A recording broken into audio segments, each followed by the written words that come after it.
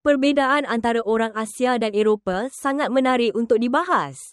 Dari segi karakteristik fisik, orang Asia umumnya memiliki rambut hitam dan kulit yang lebih gelap, sementara orang Eropah seringkali berambut pirang dan berkulit terang. Dalam budaya, Asia cenderung mengutamakan kolektivisme, menghargai keluarga dan tradisi, sedangkan Eropah lebih menekankan individualisme dan kebebasan pribadi.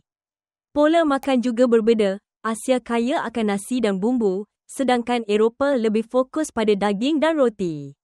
Dalam pendidikan, Asia dikenal dengan sistem yang kompetitif, sementara Eropah lebih fleksibel dan kreatif.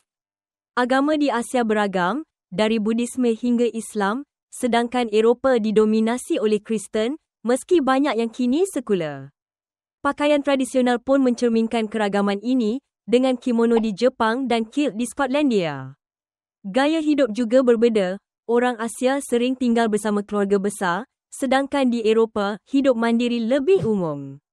Dalam politik, Asia memiliki campuran sistem, dari demokrasi hingga monarki, sementara Eropah umumnya lebih demokratis.